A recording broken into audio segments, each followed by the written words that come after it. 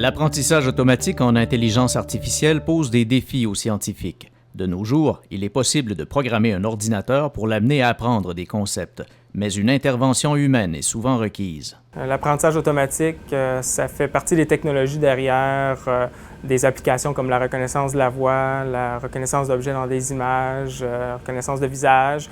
On peut y arriver de différentes façons. On peut fournir beaucoup d'exemples d'apprentissage, mais la quantité d'exemples à fournir va être assez élevée. Puis ça nécessite le travail d'un être humain qui produit finalement ces exemples-là. Okay? C'est comme si on avait quelqu'un qui enseignait constamment un ordinateur, ce qui demande beaucoup de travail. Les travaux du chercheur Hugo Larochelle vont plus loin. Ils visent à amener un ordinateur à acquérir des connaissances sans l'intervention d'un humain. On souhaite limiter la quantité de données qu'on doit produire en termes de ces exemples d'apprentissage-là où on a la question et la réponse.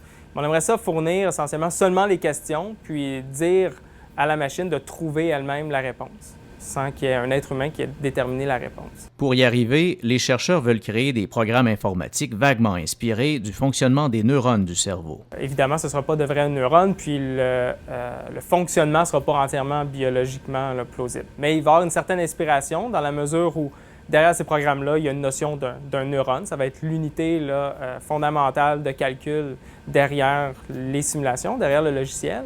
Les neurones vont apprendre à s'adapter aux données de façon à ce qu'ils puissent justement produire la bonne réponse. La solution se trouve dans un algorithme, une sorte de clé qui déclenche le processus d'apprentissage. Un des espoirs dans la recherche sur les réseaux de neurones d'apprentissage automatique, c'est essentiellement de trouver les principes derrière ces algorithmes-là qui seraient implémentés par le cerveau pour essentiellement les reproduire dans un ordinateur, finalement. Les travaux conduits par Hugo Larochelle ont permis à un réseau de neurones artificiels d'analyser automatiquement des centaines de millions de mots provenant de textes de nouvelles.